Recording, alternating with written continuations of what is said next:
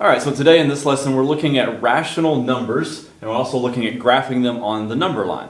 Now, rational number, we've had that in vocabulary quizzes in the class, but let's talk a little bit about what that is. We've recently talked about integers, and we said that those were all the whole numbers and their opposites. So 1 and -1, 4, -4, etc., and so on. But a rational number, an integer can be a rational number, but rational numbers are all those numbers that can be written as fractions. So for instance, 2/3 or -2/3. However, we'll go back to the definition. Any number that can be written in the form of a fraction. So a number A over a number B. Now let's look at some examples of those. All right, so if we talk about the number 4. Well, the number 4 doesn't look like a fraction. So instinctively we might say, well, that's not a rational number. Well, you can write the number 4 as 4 over 1. Those two are equivalent. That is a fraction, so therefore that is a rational number. 2/3, already written as a fraction, or we could say -2/3. Either one of those would be rational numbers. 5 and 2/7, mixed number, but we've talked about in class before how to change that mixed number to an improper fraction. And we'll take this and multiply there, and we'll add there. So 5 times 7 is 35, plus 2, 37 over 7. Improper fraction, but it is a fraction nonetheless, so it is a rational number. So any number that can be written in the form of a fraction. Now, let's take these and talk about graphing them. Okay, being able to compare and order them, essentially. Graphing them is going to allow us to do that. We're going to be able to say which one's greater, which one's less. Okay? And by where they fall on the number line, well, that's going to be a good indication of that. Actually, it would be the best indication of that. And the number line, I think, is the best way to at least start off on when you're comparing and ordering, because it does give you that visual. We've talked before how the further left the number is on the number line, well, that's smaller. The further right on the number, greater. Okay? So if you have them graphed, you can start to compare them much easier. So, -2 and 1/4. Well, I'm going to create a little number line here, and I'm also going to get a different marker and use it instead. So I'm going to create a number line here. Okay, very simple, rough number line. I'm going to negatives, so I know I'm headed that direction on the number line, so I'm going to put 0 down here.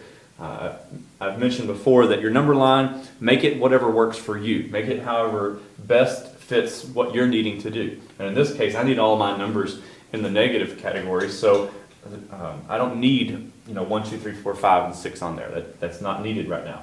Okay, so then I'm going to label -1, and I'm going to label -2. And some of you may say, okay, well, that's all I needed, -2. I can stop there.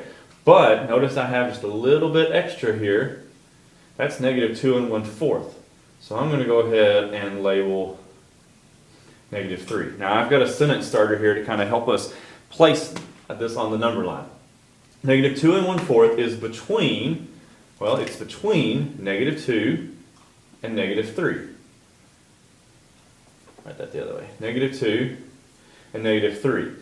It is closer to, well, are we closer to being at -2 or are we closer to being at -3? And we look at our fraction and say, well, if I'm at -2 and I've got to go 1/4 farther, is that going to be over here or is that going to be down here somewhere?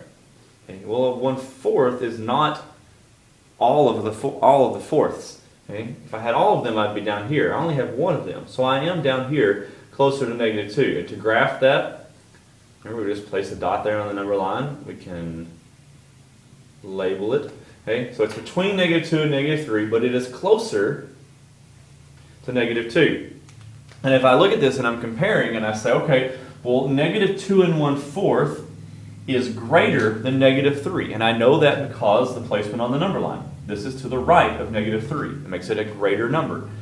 It is less than -2. Again, based on the placement on the number line. It's to the left of -2. So it is less than. The farther left, less. Left, less.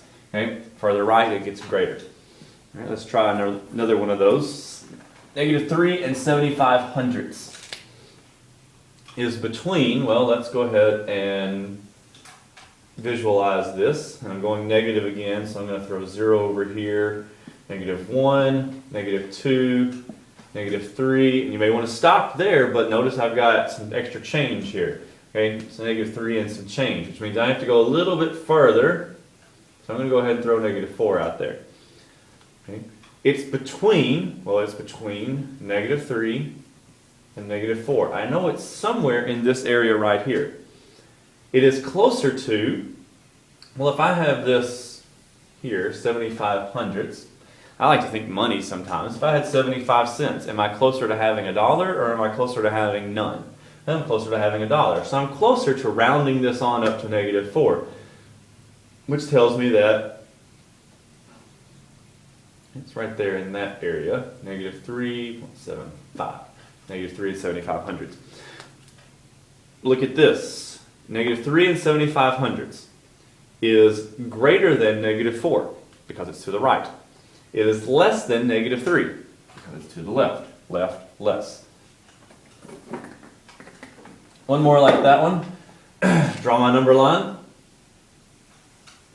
And this time I'm in positive, so I'm going to throw 0 over here.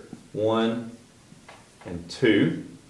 And I'm going to 1 and 1/8. Well, that is going to be between 1 and 2. And is it closer to 1 or is it closer to 2? Well, I only have an entire eighth there. Or I only have one of the entire thing. So I'm just going to break this into eighths. There's 1/8, 2/8, 3/8, 4/8, 5/8, 6/8, 7/8. 8/8 is a whole, so that would put me back on the number 2. 1/8, right down there. 1 and 1/8. So it is closer to 1. 1 and 1/8 is greater than 1 because it's to the right. 1 and 1/8 is less than 2 because it's to the left. Opposite sides or the same side of 0. Well, how do you know if something's on the same side of 0 or if it's on the opposite side of 0? Well, look at the sign. Are they both negative? Same side as 0. Are they both positive? Also same side as 0.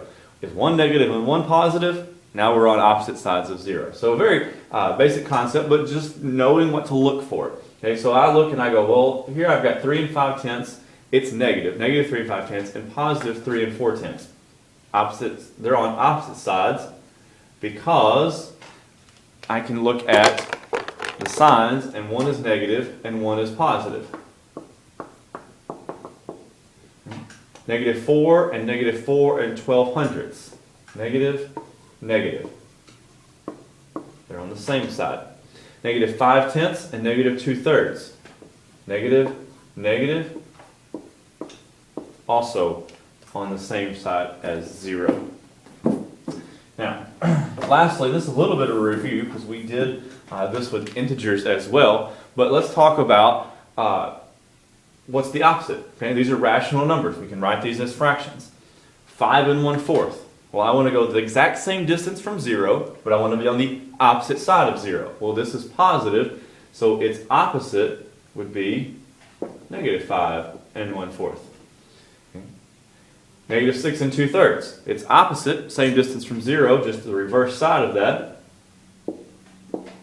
6 and 2/3. -8 and 146 thousandths. Negative, so I want positive for its opposite. And then 5 and 1/7, so I need -5 and 1/7 for its opposite. All right, so there's a little quick introduction to rational numbers. Remember, a rational number can be written as a fraction. It can be positive or negative. And I encourage you, when you're comparing and ordering, use a number line. Okay, graph it on the number line. Don't just stare at it and guess, because honestly, it gets very confusing when you start looking at the negative fractions and positive fractions and where they fall on the number line. And you really need to stop and graph it and visualize it, because just glancing at it, sometimes our minds try to trick us, especially when we get into those negative categories and those negative things. So, that's all we have for today. We'll come back with some more videos. I hope you have a great day. Thanks.